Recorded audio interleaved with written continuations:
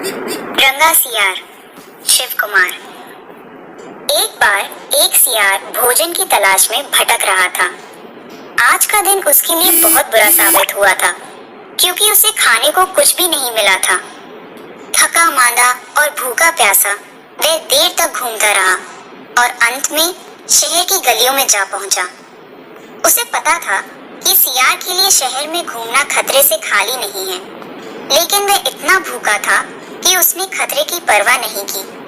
अब तो जैसे भी हो, मुझे कुछ खाना मिलना ही चाहिए, उसने मन में सोचा। लेकिन कहीं यहाँ पर कुत्ते और आदमी मुझ पर हमला ना कर दें। तभी उसे खतरे का बिगुल सुनाई दिया।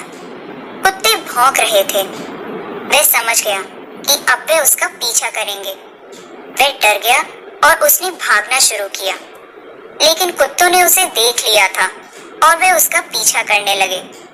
कुत्तों से पीछा छुड़ाने के लिए सियार खूब तेज भागा, लेकिन वे काफी नजदीक आ गए थे। प्राण बचाने के लिए वह एक घर में घुस गया।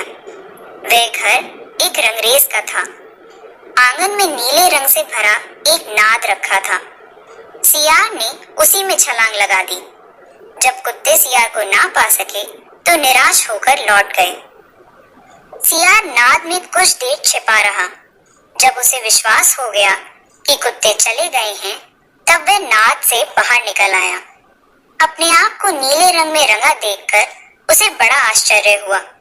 उसकी समझ में नहीं आया कि अब वह क्या करे। वह आदमी और कुत्तों की नजर से बचकर जल्दी से जल्दी जंगल में पहुंच जाना चाहता था, सो वह जल्द ही जंगल की ओर लौट गया। उसे देखकर सब जानवर मारे डर के भाग गए। नीले रंग का कोई पशु उन्होंने पहले कभी नहीं देखा था। सियार ने देखा कि वे सब उससे डरे हुए हैं। बस उसने तुरंत ही इस बात से लाभ उठाने की ठान ली। अरे तुम सब भाग क्यों रहे हो? उसने चिल्लाकर कहा। आओ वापस आ जाओ और मेरी बात सुनो।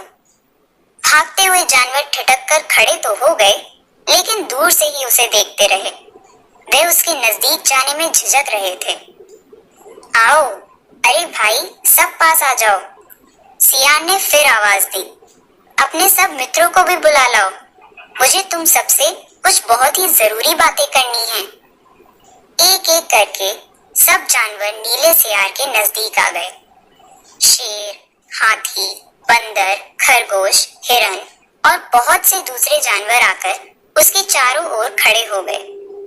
नीले सियार ने कहा, मुझसे डरने की आवश्यकता नहीं, तुम मेरे साथ सुरक्षित हो। ईश्वर ने मुझे तुम्हारा राजा बनाकर भेजा है, मैं तुम्हारी रक्षा करूंगा। पशुओं ने उसके कहे पर विश्वास कर लिया।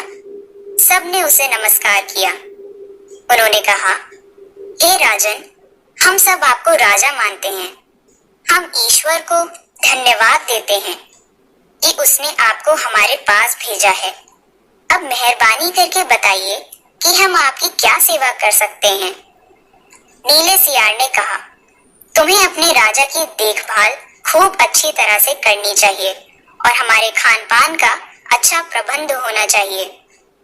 जानवर बोले, राजन, ऐसा ही होगा। हम अपने राजा के सुख के लिए कुछ भी कर सकते हैं। इसके अलावा आपके लिए हम और क्या कर सकते हैं? तुम्हें सदा अपने राजा का वफादार रहना चाहिए, तभी राजा शत्रुओं से तुम्हारी रक्षा कर सकता है। चालाक सियार ने कहा।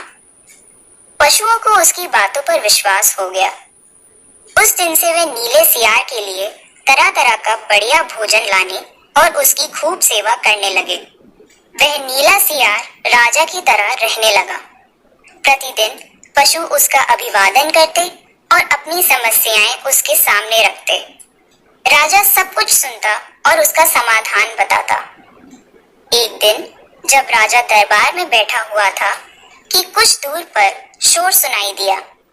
यह आवाज सियारों के एक झुंड की थी।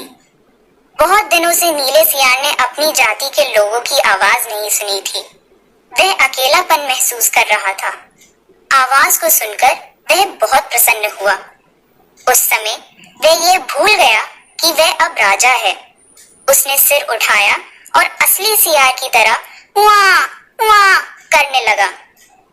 उसकी यह आवाज सुनकर सब जानवर फौरन जान गए कि वह कौन है। वह तो एक छोटा सा सियार था। उसने उन सबको खूब धोखा दिया।